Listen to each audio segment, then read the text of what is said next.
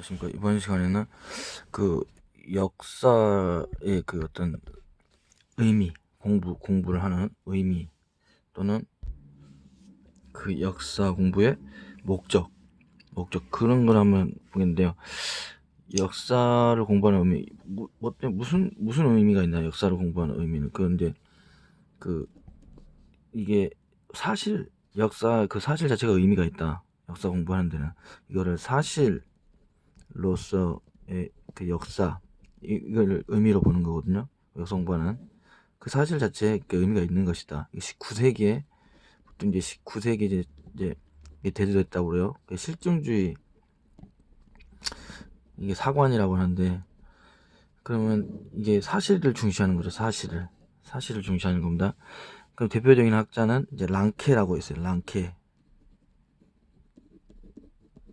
랑케라고 있는데 이 사람이 한 말 중에는 이제 그 지금 그 어떤 말을 했냐면 지금까지의 역사 연구는 과거를 심판하고 과거를 심판한다는 거는 이제 과거를 뭘 통해 이제 주관이 들어간다는 거 어떤 주관적인 어떤 그 판단의 그 근거가 들어간다는 것이죠. 그 역사가가 과거를 어떻게 보는 관점에 따라서 그 역사를 그 과거를 이제 심판을 한다는 것이죠. 그 일들, 그 역사들은 이런 것이었다 하고 과거를 그렇게 심판하는 주관이 들어간다는 것이죠. 지금까지. 예. 그런데 이제 그렇게 심판하고 이제 동시대인들에게 미래의 행복을 교시하는 임무, 이제 동시대인들에게 이제 과거를 그렇게 주관적으로 이렇게 판단을 하고 심판을 해서 동시대인들에게 이제 미래의 행복을 교시한다. 뭐 가르치고 보여준다. 그런 것들을 임무를 수행했다. 이렇게 본다는 것이죠. 랑케는. 그래가지고 그렇지만 현재 역사 연구는 그렇게 그 같은 고상한 이제 이런 거를 고상한 임무라고 표현했어요. 그래가지고 그런 거를 수행하지 않으면 단지 실제 본래 있었던 것, 그 사실을 말하죠. 사실들. 그런 사실들을 보여줄 뿐이다. 이 사람 입장에 이 실증주의 사관이에요. 사관이라는 거 뭡니까? 사관이라는 거는 사관이란 어떤 그런 사실 그 역사 이제 역사를 바라보는 관점인데 그 어떤 사실을 어떤 역사적 사실을 선택하는 어떤 기준이 있고 어떤 그 역사적 사실을 그걸 해석하는 이걸 어떻게 해석하는 그런 해석 원리도 있고요. 그 또 이제 그 역사적 사실 그런 어떤 역사적 사실을 어떤 가치를 매겨서 이렇게 바라보는 그런 가치관도 있습니다.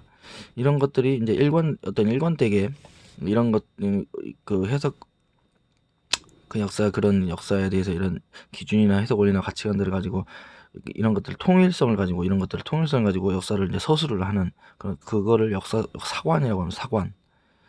그냥 단지 일어나는 일대로만 이렇게 그 서술하는 게 아니라 그 어떤 역사가 어떤 통일된 어떤 일정 나름의 사관이 통일된 어떤 사관이 있다라는 것이죠. 그래서 그렇게 서술 전체를 일관되게 서술하는 그런 거를 사관이라 합니다. 그래서 실증주의 사관이다 그러면 실증에 어떤 절대 그 어떤 특성을 부여해서 이게 본래 있었던 것을 보여줄 뿐이다. 그러니까 객관적인 사실 이런 거에 어떤 거에 절대성을 부여해서 이게 역사를 바라보는 그런 사관이 랑케가 대표적인 사람이고 그 사람이 이런 말을 했었습니다.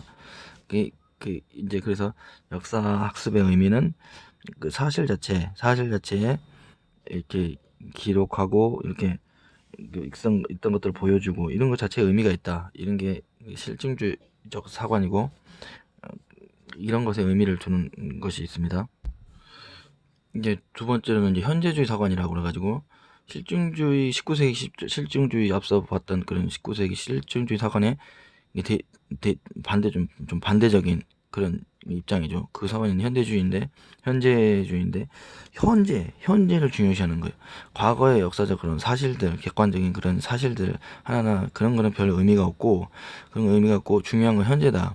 현재 이렇게 그 사실들을 바라보는 어떤 그 역사가들이나 우리 사람들이 현재의 사람들이 그걸 의미 있게 봤을 때만 그때부터 비로소 그것은 역사가 된다.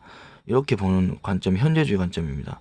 그래서 현재 그 역사가나 우리들이 현재 사는 사람들이 어떤 과거를 어떻게 보느냐, 그게 그때 됐을 때만 그게 역사가 비로소 의미를 가지고 이렇게 역사로 이제 기록할 수 있는 의미가 있는 것이고 기록될 수 있다. 이게 굉장히 의견과 관점, 그런 어떤 그 주관적 역사가들의 그 어떤 주관적인 해석, 그런 것들이 완전 그 주를 이루는 실증주의 사관과는 반대적인 그런 입장이죠.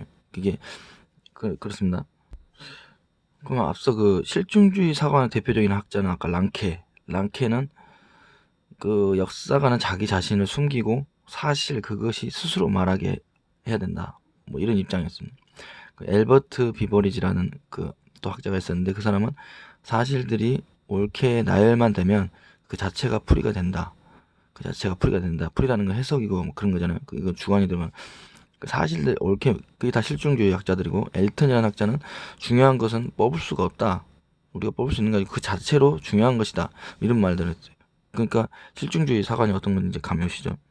그러면 현재주의 사관의 그런 학자들은, 베커라는 학자가 있는데, 칼 베커라는 학자는 역사적 사실은 역사가가 그것을 창조하기 전까지 존재하지 않는다고 봅니다. 그 사실들은 역사가가 주관을 가지고 이거를 창조하고 의미를 두고 해석하고, 역사가가 그랬을 때만 이건 역사로 이제 이게 창조가 되는 것이지, 그 아예 역사들 사실 다 의미가 없다고 본다는 것이죠. 해석들이 들어가지 않으면. 크로치라는 사람도 모든 역사는 현재 역사이다, 이렇게 현재를 이렇게 중요하게 봤고, 콜링우드라는 사람이 있었다고 그래요. 그 사람은 역사는 과거를 의식 속에 되새는 학문이다. 그 의식이라는 것은 이제 그 의견의 공간이죠. 사람 의견, 주관. 이제 여기서 의식 속에서 그때 이제 사실들이 이 공간에서 살아나야지만 그게 역사지.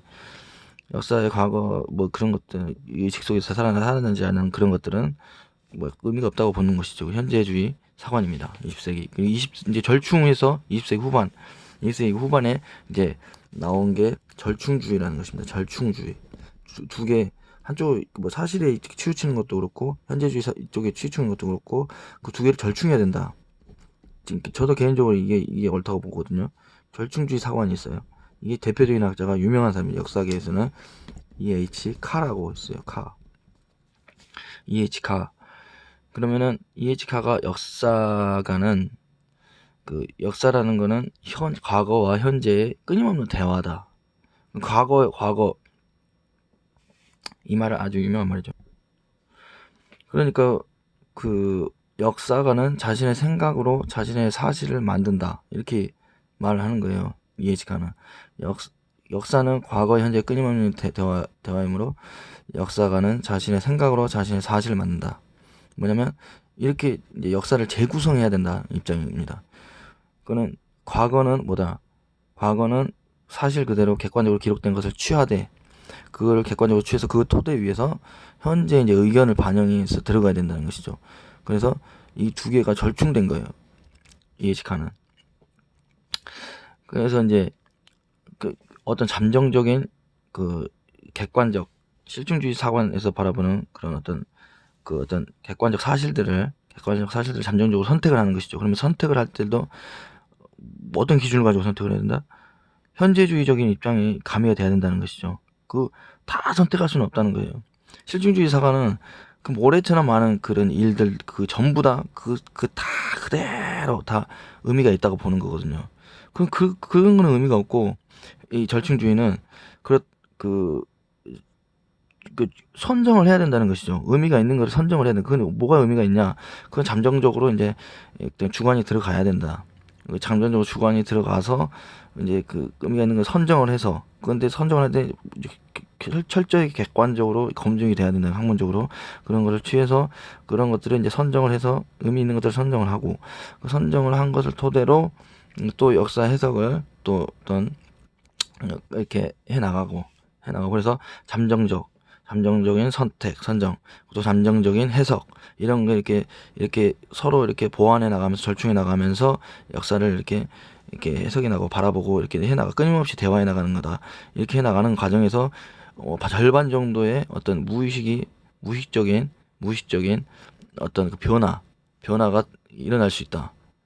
절반적인 어떤 변화가 겪을 수 있다. 왜냐면 그게 서로 현재주의 그 해석, 그런 주관이 그게 의식적인 건데, 그런 의식의 절반적인 무의식 상태. 그러면 자기가 의도치 않는다는 것이죠. 절반 정도 자기가 의도치 않게 변화를 겪을 수 있다는 거예요. 왜? 그 객관적인 사실에 의해서. 이게 굉장히 진짜 필요한 게 이겁니다. 이게 필요한 게 진짜 이거예요. 자기 의식을 뛰어넘을 수 있어야 돼요. 자기가 의도하는 자기 의견의 세계, 자기 주관의 세계를 뛰어넘을 수 있게 하는 그런 입장이거든요. 이게 상당히 탁월한 입장입니다. 그래가지고 이런 뛰어넘을 수 있어야 된다. 이 변화를 겪을 수 있어야 된다. 자기의 패러다임의 전환을 경험할 수 있어야 된다. 뭐 이런 겁니다.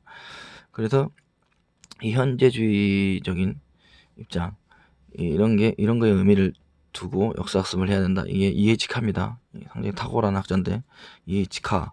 이제 그래가지고 역사학습의 목적을 이제 볼 수가 있어요. 역사학습의 목적은 뭐가 있냐? 그러면은 주된 목적이 있죠. 주된 목적은 과거를 통해서 이렇게 첫째로 이제 두 가지로 본다면, 첫째는 그냥 그 자체를 배운다. 사실들의 지식을. 두 번째는 그 역사를 통해서 어떤 교훈을 배운다는 것이죠.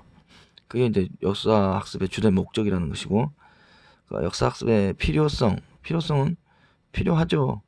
예를 들어서 이 대한민국 역사를 배운다. 그럼 대한민국의 어떤 정체성, 우리가 뭐 북한에서 바라보는 역사하고 관점하고 대한민국 역사 바라보는 관점하고 틀립니다. 북한은 북한 김일성 왕조 그거의 정통성을 부여하고 그 정체성을 확립하는데 필요한 그런 관점을 가지고 그들은 그런 역사를 가지고 있어요. 우리는 그게 아니죠. 우리는 자유민주주의 헌법과 자유민주주의 이 나라의 정통성을 바라보는, 대한민국을 바라보는 그 역사를 가지고 있는 것이죠. 이렇게 그 역사 학습의 목적이라는 것은 한 공동체, 나라의 정체성 확립에 유용하게 작용한다는 것이죠. 그리고 또 뭐 삶의 지혜, 뭐 이런 거 대처, 이런 거, 또 뭐 역사적 사실에 대한 정당한 평가를 내리는 비판력, 그런 또 살아가는 사회에 대한 올바른 관점, 이런 것 때문에 이제 역사 학습이 필요하다는 것이죠. 그래서 이제 역사 학습에 필요한 건 뭘 필요로 하냐? 사료가 있죠.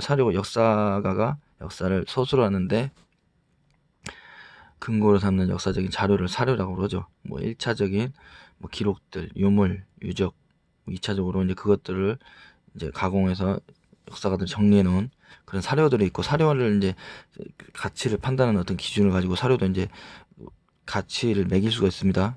사료 가치를 판단하는 그런 작업들을 통해서 우리가 역사학습의 목적을 해나가야 된다.